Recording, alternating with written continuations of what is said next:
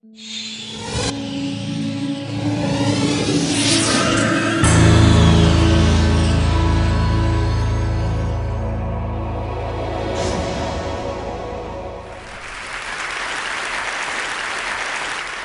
have had the distinct blessing in my life to have worked on a bunch of amazing projects, but the coolest project I ever worked on was around this guy. This guy's name is Tempt. Tempt was one of the foremost graffiti artists in the 80s. And he came home from a run one day and said, "Dad, my legs are tingling." And that was the onset of ALS. So Tempt is now completely paralyzed. He only has use of his eyes. I was exposed to him and my company. I have a company that does design and animation, so obviously graffiti is definitely an intricate part of what we admire and respect in the art world. And so we decided that we were going to sponsor Tony and Tempt and his cause. So I went and met with his brother and father and said, we're going to give you this money. What are you going to do with it? And his brother said, "I just want to be able to talk to Tony again. I just want to be able to communicate with him and him to be able to communicate with me." And I said, "Well, wait a second, isn't that, I've seen Stephen Hawking. Don't all paralyzed people have that ability to communicate via these devices?" And he said, "No, unless you're in the upper echelon and you've got really amazing insurance, you can't actually do that. These devices aren't accessible to people." And I said, "Well, how do you actually communicate?" And he said, "We run it." Has everyone seen the movie The Diving Bell and the Butterfly? That's how they communicate. So run their finger along that. That's archaic. How can that be? So I showed up with the desire to just write a check. And instead, I wrote a check that I had no freaking idea how I was going to cash. I committed to his brother and his father right then and there. I'm like, all right, here's the deal. Tony's going to speak. We're going to get him a machine. And we're going to figure out a way for him to do his art again. Because it's a travesty that someone who still has all of that in them isn't able to communicate it. So I spoke at a conference a couple months after that. I met these guys called GRL, Graffiti Research Lab. And they have a technology that allows them to project the light on any surface and then with a laser pointer, draw on it, and it just registers the negative space. So they go around and do art installations like this. All the things that go up there, they said there's a life cycle. At first it starts with the sexual organs, then it starts with cuss words, then it was Bush, slanders, and then people actually got to art, but there was always a life cycle of presentations. So I went home and I was having dinner with my wife and was telling her about this, and we were like, well, wait a second.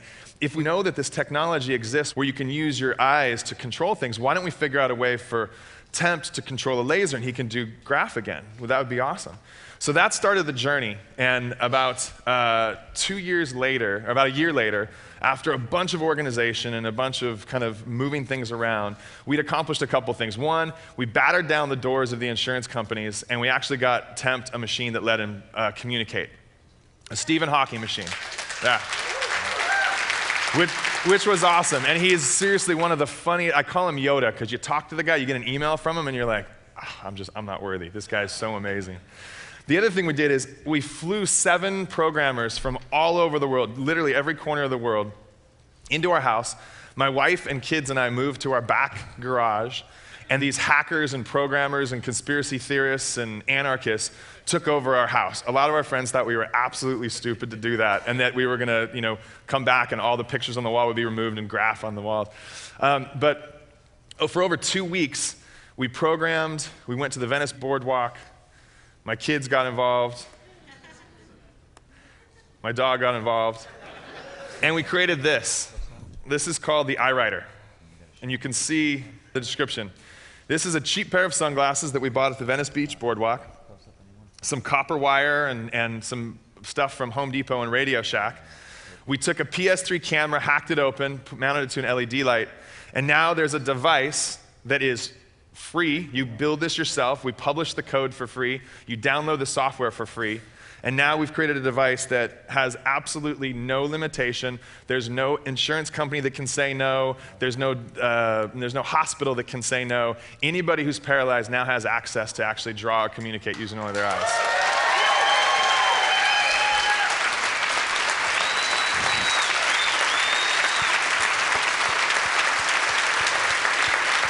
Thank you.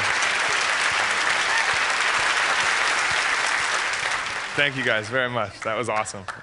So at the end of the 2 weeks, we went back to Tempt's room. So I love this picture because this is someone else's room and that's his room. So there's all this hustle and bustle going on for the big unveiling.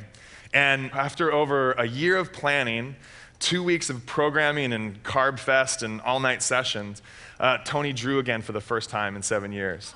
And this is an amazing picture because this is his life support system, and he's looking over his life support system. We kicked his bed so that he could see out, and we set up a projector on a wall out in the parking lot outside of his hospital, and he drew again for the first time in front of his family and friends, and it's just like, you can only imagine what like the feeling in the parking lot was. The funny thing is we had to break into the parking lot too, so we totally felt like we were legit in the whole graph scene too.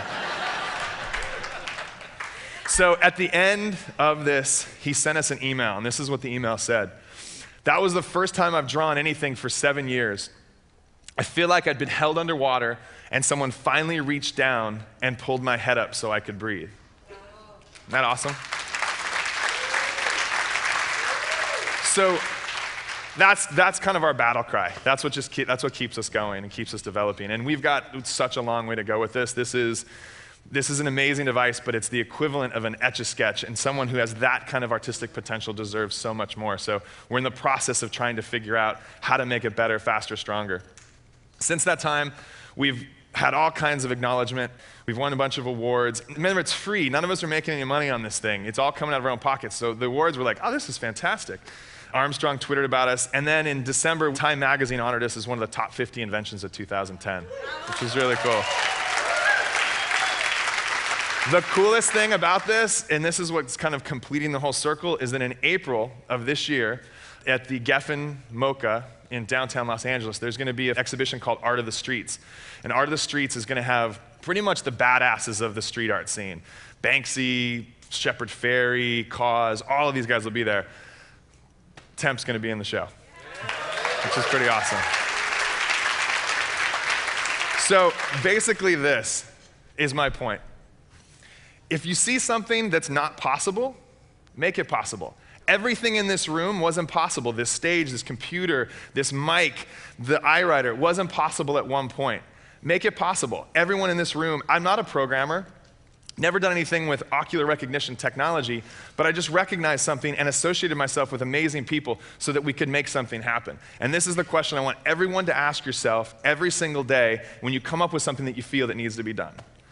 If not now, then when? And if not me, then who? Thank you, guys.